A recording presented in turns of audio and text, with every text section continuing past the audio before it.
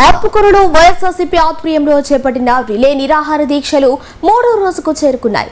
Doctor BR Ambedkar విగ్రహానికి దివంగత ముఖ్యమంత్రి డాక్టర్ వైఎస్ రాజశేఖర రెడ్డి చిత్రపటాలకు నివాళులర్పించిన అనంతరం వైఎస్ఆర్సీపీ నాయకులు దీక్షలను ప్రారంభించారు. ఆత్మకూరు టౌన్, రూరల్, మరిపాడు మండలాలకు చెందిన నాయకులు 3వ రోజు దీక్షలో పాల్గొన్నారు. వైఎస్ఆర్సీపీ జిల్లా, రాష్ట్ర, నియోజకవర్గ ముఖ్య నాయకులు దీక్షలో కూర్చున్న నాయకులకు పూలమాలలు వేసి సంఘీభావం తెలిపారు. నల్ల కండువాలతో నిరసన వ్యక్తం చేశారు. గత 3 రోజులుగా కొనసాగుతున్న ఈ దీక్షలకు అపూర్వ స్పందన లభిస్తోందని వైఎస్ఆర్సీపీ నాయకులు తెలిపారు. జగన్మోహన్ రెడ్డి గారు 1,32,000 సచివాలయ పోస్టులు ఇస్తే పార్టీలకు అతీతంగా ప్రతి ఒక్కరికి అన్ని డిపార్ట్మెంట్ లో ఒక్క రూపాయి అవినీతి లేకుండా భారతదేశంలో ఏ గవర్నమెంట్, సెంట్రల్ గవర్నమెంట్ కూడా రైల్వే కానీ మిగతా ఆర్ఆర్బీ కానీ మొత్తం కూడా జరుగుతాయి. అలాంటి పోస్టుల్లో కూడా భారతదేశంలో కేంద్ర ప్రభుత్వం జరపనటువంటి విధంగా ఒకే రోజు చరిత్రలో భారతదేశంలో ఏ గవర్నమెంట్ అయినా అన్ని విడతల వారీగా జరుగుతుంది. కానీ ఒకే రోజు 1,32,000 పోస్టులు అదే టైంలో అన్ని డిపార్ట్మెంట్ నిర్వహించి ఇతర మా వైఎస్ఆర్ కాంగ్రెస్ పార్టీ వాళ్ళకంటే మిగతా పార్టీ వాళ్ళకే మీరు సచివాలయంలో ఏ ఊర్లేని కనుక్కోండి, అందులో వైఎస్ఆర్ కాంగ్రెస్ పార్టీకి సంబంధించిన సానుభూతి పనులు కానీ కుటుంబ సభ్యులు ఒకరిద్దరు ఉంటారు. మిగతా పార్టీ అభిమానులు వాళ్ళ కుటుంబ సభ్యులు ఎక్కువ మంది ఉంటారు. అంత నిజాయితీగా జగన్మోహన్ రెడ్డి గారు సచివాలయ ఉద్యోగాలు ఎగ్జామ్ జరిపాలు ఇచ్చారు. అదేవిధంగా హాస్పిటల్కి సంబంధించి 50,000 పోస్టులు ఇస్తే ఎక్కడ అవినీతి లేదు. అదేవిధంగా అంగన్వాడీలో ఇస్తే ఎక్కడ అవినీతి లేదు. ఆర్టీసీకి సంబంధించి గవర్నమెంట్ లో ఆ డిపార్ట్మెంట్ నుంచి వాళ్ళు జాయిన్ చేస్తే గవర్నమెంట్ పరం చేస్తే ఎక్కడ అదొక పోస్ట్ కూడా అవినీతి లేదు. 5 ఏళ్లలో కూడా ఎక్కడ ఏ పార్టీ కానీ మీడియా కానీ ఎక్కడ కోట్లు వేయటం కానీ ఆరోపణ కాలేదు. అలాంటిది ఆంధ్రప్రదేశ్ లో వచ్చి 2.5 సంవత్సరం కాలేదు. లోకేష్ విద్యాశాఖ మంత్రి ఉన్నాడు. ఈ రోజు 16,000 టీచర్ పోస్టులు ఇస్తే 400 టీచర్ పోస్టులు పీఈటీకి సంబంధించి, స్పోర్ట్స్ సంబంధించి ఎక్కువ మంది గోల్డ్ మెడలిస్టులు, రన్నింగ్ లో మిగతా వాటిలో ఉన్న రకరకాల పేకాటి క్లబ్లు, మిగతా కొత్త జీవో నెంబర్ 4, జీవో నెంబర్ 47 ఒక జీవోలు కొత్తగా ఇచ్చి మళ్ళీ వాటి పరంగా వాళ్ళకి సంబంధించిన యువకులు లోకేష్ పాదయాత్రలో ఎవరైతే నడిచారో, ఆయన బిర్యానీ తెచ్చి పెట్టారో, ఇతర సేవా కార్యక్రమాలు చేశారో వారందరికీ ఈ విధంగా ఎగ్జామ్స్ లేకుండా, ఎందుకంటే ఒక ఎగ్జామ్ రాయాలంటే టీచర్ పోస్ట్ సంబంధించి బీఈడీ క్వాలిఫై ఉండాలి, లేదా టెట్ క్వాలిఫై ఉండాలి, టీటీసీ రాయాలి, బిఎడ్ రాయాలి. కొన్ని లక్షల మంది లక్షలు ఖర్చు పెట్టి రోజు కోచింగ్ తీసుకొని హాస్టల్లో ఉండే నెల్లూరు జిల్లా కేంద్రంలో ఎలా ఉంటే వారు ఎటువంటి కోచింగ్ లేకుండా, వాళ్ళకి సర్టిఫికేట్ లేకుండా వాళ్ళకి కొత్త నకిలీ జీవాలు తెచ్చేసి నీకు యోగంలో పాల్గొన్న 400 మందికి ఈరోజు టీచర్ పోస్టులు ఇచ్చి వాళ్ళకి క్రీడలకు సంబంధించి వాళ్ళ స్కూల్లో పోయి పిల్లకాయలు ఏం ఆడిస్తారో, వాళ్ళు పీటీ మాస్టర్ గా ఏం సక్సెస్ అవుతారు. ఎందుకంటే ఈరోజు నారా లోకేష్ మీరు అందరూ తెలుసు, పెద్ద మేధావి కాదు. నారాయణ కాలేజీకి సంబంధించిన సిబ్బంది వచ్చి ఇంటికి వచ్చి ట్యూషన్ చెప్తే పాస్ అయిన వ్యక్తి సత్యనారాయణ రాజు డబ్బులు ఇచ్చి లంచం ఇచ్చి అమెరికాలో చదివించాడు. అలాంటి వ్యక్తి లోకేష్. అలాంటి నారా లోకేష్ నువ్వు చదువు రాదు, నువ్వు విద్యాశాఖ మంత్రి ఉన్నావు, నీలాగా అందరూ పీటీ మాస్టర్లు, టీచర్లు ఉంటే కింద విద్యా వ్యవస్థ ఏం బాగుపడుతుంది? ఇప్పటికే జగన్మోహన్ రెడ్డి పెట్టినటువంటి నాడు నేడు ఎత్తేసి ఈరోజు మొత్తం క్లోజ్ చేసి ఈరోజు మొత్తం స్కూల్ మూసేస్తున్నావు. ఎక్కడ స్కూల్లో 1 టీచర్ కంటే పెద్దగా లేరు. ప్రాథమిక పాఠశాల, ఉన్నత పాఠశాలలో ప్రాథమిక పాఠశాల. కాబట్టి వ్యవస్థ అధికంగా ఉంది. ఈ రోజు నిరుద్యోగ వృత్తి ఎలక్షన్ వచ్చేటప్పుడు ప్రతి ఒక్కరికి 3,000 రూపాయలు ఇస్తారన్నావు. ఈ రోజు వచ్చి 30 నెలలు అయింది. అంటే 90 ఏళ్ళు రాష్ట్రంలో ప్రతి నిరుద్యోగికి 90,000 రూపాయలు నువ్వు బాకీ ఉన్నావు. ఈ రోజు ఈ ప్రభుత్వం, కూటమి ప్రభుత్వం బాకీ ఉంది. అదేవిధంగా గత సంవత్సరం ఫీజు రీయింబర్స్మెంట్ వరకు ఇవ్వలేదు, విద్యాదీవెన ఇవ్వలేదు, వసతి దీవెన ఇవ్వలేదు. జగన్మోహన్ రెడ్డి విద్యాదీవెన, వసతి దీవెన పేరుతో ఎస్సీ, ఎస్టీ, బీసీ బడుగుల వర్గాలకి అనేక న్యాయం చేసి ఈ రోజు వాళ్ళందరూ కూడా కొన్న స్థితికి వచ్చి ఇంజనీరింగ్లు, డాక్టర్లు ఆ విధంగా పోయారు. కానీ రాష్ట్ర ప్రభుత్వం జగన్మోహన్ రెడ్డి పెట్టి ఎలక్షన్ లో పాత గవర్నమెంట్ వైఎస్ఆర్సీపీ ఉన్నప్పుడు ఏదైతే విద్యా వ్యవస్థలో సంస్కరణ చేపట్టారో, వసతి దీవెన, విద్యాదీవెన ఎన్ని అమలు చేశారో, నాడు నేడు వ్యాప్తంగా మొత్తం 2 రౌండ్లు పూర్తి చేశారు. అవన్నీ మూలన పడేసి విద్యా వ్యవస్థను నాశనం ప్రభుత్వం ఇది. కాబట్టి మేము ఒకటే డిమాండ్ చేస్తున్నాం. ఈరోజు జనజీవన ఉద్యమం ఢిల్లీలో ప్రారంభమై మోడీ ఊరికి తల ఉంచాడు. మోడీ చివరి విద్యార్థి లోకానికి, యువత లోకానికి మెడలు ఉంచి ధర్మేంద్ర ప్రధాని కేంద్ర విద్యాశాఖ మీద రాజీనామా చేసి వచ్చింది. కాబట్టి ఆంధ్రప్రదేశ్ లో త్వరలో జనజీవన ఉద్యమం స్టార్ట్ అవుతుంది. మీరు రాజీనామా చేయకుంటే. కాబట్టి అంటే రాజీనామా గతంలో కూడా జార్ఖండ్ లో ముఖ్యమంత్రి టీచర్ పోస్టులు కొనుక్కోవాలి. స్కూల్కి మరిపాడు మండలం చాలా గ్రామాల నుంచి బస్సులు లేవు, ఫ్రీ బస్సు పెట్టి మిగతా బస్సులను అక్కడ తరలించారు. ఈ రోజు ఎన్నో కలెక్టర్ ఖర్చు చేయడం జరిగింది, వారి ఖర్చు చేయడం జరిగింది. కానీ ఎటువంటి స్పందన లేదు. వాళ్ళ రోజు ఆటోల్లో, వాళ్ళ సొంత వాహనాల్లో ఈరోజు స్కూల్ రావాల్సిన పరిస్థితి. కాబట్టి మాటలు తప్ప, ప్రకటనలు తప్ప, అనేక ప్రచారాలు తప్ప కింద ఆచరణలో ఎటువంటి లాభం జరగట్లేదు, ఎటువంటి న్యాయ విద్యార్థులకి అవసరం జరగట్లేదు. కాబట్టి మేము అదేవిధంగా మీరు నిజంగా మీ తప్పు లేకుంటే, లోకేష్ తప్పు లేకుంటే, మీ పార్టీకి చెడ్డపేరు రాకుంటే, కూటమి పార్టీకి చెడ్డపేరు రాకుంటే, రాష్ట్ర వ్యాప్తంగా విజయవాడ, గుంటూరులో ఎన్నో మీరు వైసీపీ టెంపుల్ దగ్గరగా మేము దీక్షలు చేస్తున్నాం. మీరెందుకు వచ్చి ఎదురుకోవచ్చు క్యానల్ బొట్లాడటం, ఇతర కార్యక్రమాలు చేయటం, కామెంట్ రూపంలో చేయటం, వచ్చి దాడులు చేయటం ఎందుకు చేస్తున్నారు? అంటే మీ తప్పనే కదా, మీరు తప్పని ప్రజల్లోకి పోతున్నారు కదా. రాష్ట్ర వ్యాప్తంగా 170 నియోజకవర్గాల్లో మొత్తం మండలాల్లో ఈరోజు దీక్షలు చేయబట్టి జనాలకు చర్చ పోబట్టి మీరు భయపడబట్టే కదా, మీరు చట్టపరి వస్తే ఇంటర్వ్యూస్ రిపోర్ట్ పోబట్టే కదా ఇక్కడ కూడా ఇంటర్వ్యూస్ వస్తుందా, ఫోటోలు ఇస్తున్నారు, వాళ్ళు మొత్తం సేకరిస్తుంటారు. కాబట్టి మేము ఒకటే విజ్ఞప్తి చేస్తున్నాం, వెంటనే లోకేష్ రాజీనామా చేయాలి. ఎవరైతే అవకతవకలు చేశారో వాళ్ళని సిబిఐ ఎంక్వైరీ చేయాలని చెప్పేసి మేము కోరుకుంటున్నాము. ఇది జరిగేంత వరకు వైఎస్ఆర్ కాంగ్రెస్ పార్టీ తరపు నుంచి ప్రతి ఒక్కరు కూడా మేము పోరాడతామని చెప్పేసి, లోకేష్ బాబు రాజీనామా చేసేంత వరకు మేము నిరాహార దీక్ష జరుగుతానే ఉంటాయని చెప్పేసి సభాముఖంగా తెలియజేస్తున్నాం. ముఖ్యంగా ఒకటే చెప్తున్నాం, ప్రతి ఒక్క ప్రజలకు కానీ అందరూ కూడా ఇప్పటికైనా తెలుసుకోండి అమ్మా, ఈ రోజు వైఎస్ జగన్మోహన్ రెడ్డి గారు చెప్పిన ప్రతి ఒక్కటే చేశారే కానీ ఇలాంటి ఎదవ పనులు చేయలేదని చెప్పేసి ఎప్పుడైనా గుర్తుపెట్టుకోండి.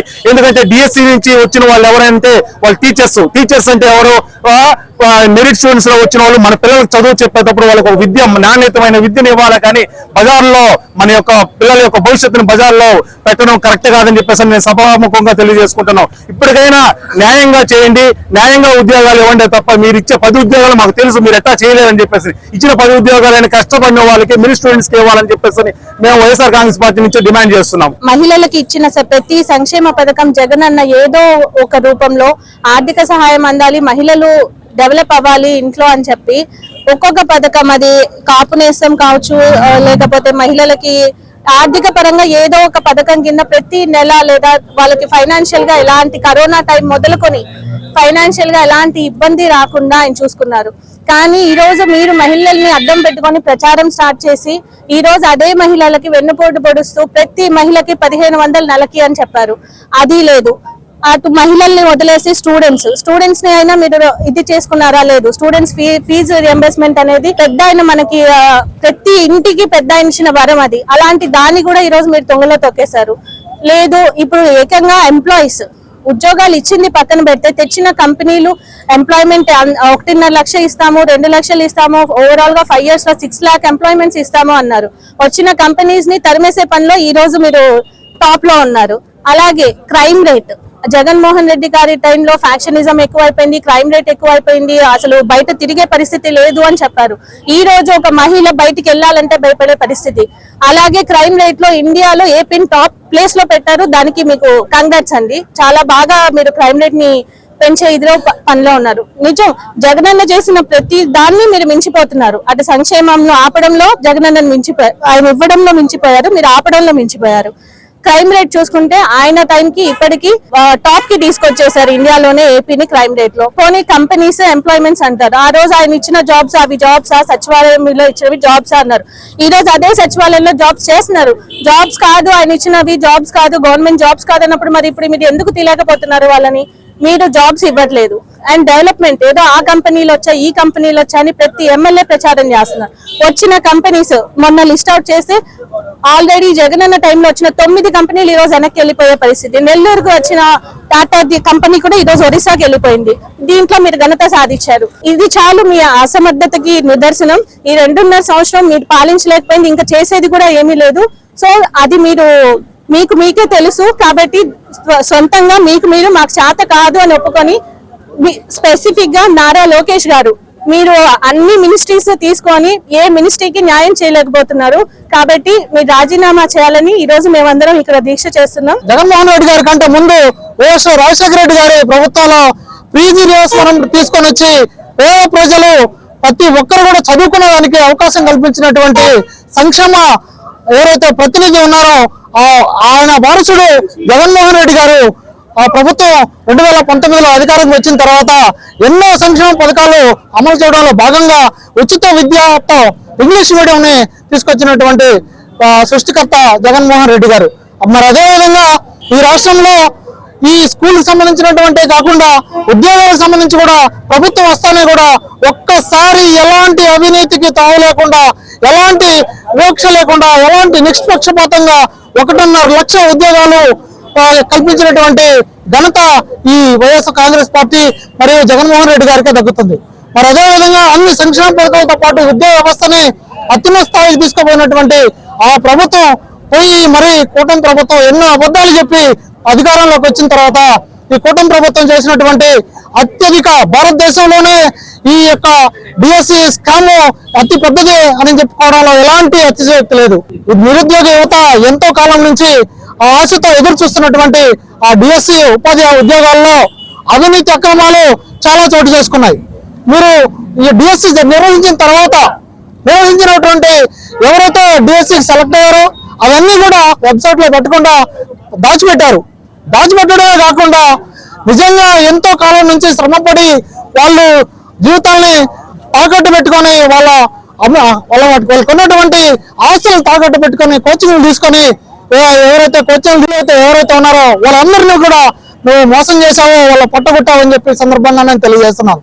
అదేవిధంగా పేకాట ఆడుకునే వాళ్ళకి ఉద్యోగాలు ఇచ్చి మెరిట్ స్టూడెంట్ ఎవరికి కూడా నువ్వు ఉద్యోగాలు ఇవ్వకుండా దాచిపెట్టి ఎవరికైతే ఉద్యోగాలు ఇచ్చావో వాళ్ళని అందరూ కూడా ఒకవేళ నిజంగా నువ్వు కానీ ఉద్యోగాలు పొందుంటే ఆ మెరిట్ లిస్ట్ అంతా కూడా ఎవరు ఎన్ని మార్కులు వచ్చినాయి, ఏ కేటగిరీలో ఎవరు సెలెక్ట్ అయ్యారు అనే విషయం గురించి కూడా నువ్వు ప్రభుత్వ వెబ్సైట్ లో పెట్టాలి. మరి ఆ ప్రభుత్వ వెబ్సైట్ అంతా కూడా నువ్వు ఎందుకు దాచిపెట్టావు? నిజంగా ఇక్కడ మోసం జరగకపోతే మోసం జరగకపోతే ఈ నిరుద్యోగుల్ని మీరు మోసం చేయకపోతే ఇవన్నీ కూడా ప్రభుత్వ వెబ్సైట్ లో ఎందుకు పెట్టలేదని నేను చెప్పి ఈ సందర్భంగా ప్రశ్నిస్తున్నాను.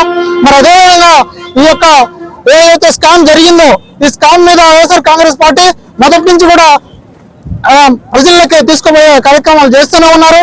మరి అదేవిధంగా హైకోర్టుకు కూడా కొంతమంది నిరుద్యోగులు ఎవరైతే ఇక్కడ మోసపోయిన వారు ఉన్నారో వారందరూ కూడా వైఎస్ఆర్ కాంగ్రెస్ పార్టీ అండగా ఉండి వారు హైకోర్టులో వాళ్ళ తరపున కేసులు కూడా వేయడం జరిగింది.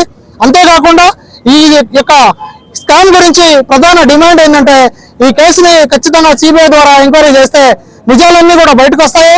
అంతేకాకుండా ఎవరైతే ఈ బాధ్యత వహిస్తూ ఏదైతే నీటికి బాధ్యత వహిస్తూ కేంద్ర మంత్రి రాజీనామా చేశారో అదేవిధంగా ఈ డిఎస్సికి సంబంధించినటువంటి స్కామ్ కి ప్రధాన బాధ్యత వహిస్తూ నారా లోకేష్ గారు రాజీనామా చేయాలని చెప్పి మా యొక్క ప్రధాన డిమాండ్ చేస్తూ ఈరోజు నిరాహార దీక్ష చేయడం జరిగింది. ఇదే కాకుండా ఈ యొక్క పోరాటం తీవ్ర స్థాయిలో ఎవరైతే ఈ మోసగాడు ఉన్నాడో ఆ మోసగాడు ఈ రాష్ట్రానికి విద్యాశాఖ మంత్రి రాజీనామా చేసేంత వరకు కూడా ఈ యొక్క వైఎస్ఆర్ కాంగ్రెస్ పార్టీ పోరాటం కొనసాగిస్తుందని ఈ సందర్భంగా తెలియజేసుకుంటూ Narayana educational institutions Nellore NEET 2025లో కేవలం నెల్లూరు నారాయణ మెడికల్ అకాడమీ నుండి జాతీయ స్థాయి ఓపెన్ కేటగిరీలో 1000 లోపు 9 ర్యాంకులు సాధించడంతో పాటు 397కు పైగా మెడికల్ సీట్లు సాధించి మరే ఇతర విద్యా సంస్థలు అందించలేని ఉత్తమ ఫలితాలు అందిపుచ్చుకున్నారు. నీట్ లాంగ్ టర్మ్ బ్యాచ్ కు జూలై 13 నుండి క్లాసులు ప్రారంభం. సంప్రదించండి నెల్లూరు నారాయణ మెడికల్ అకాడమీ.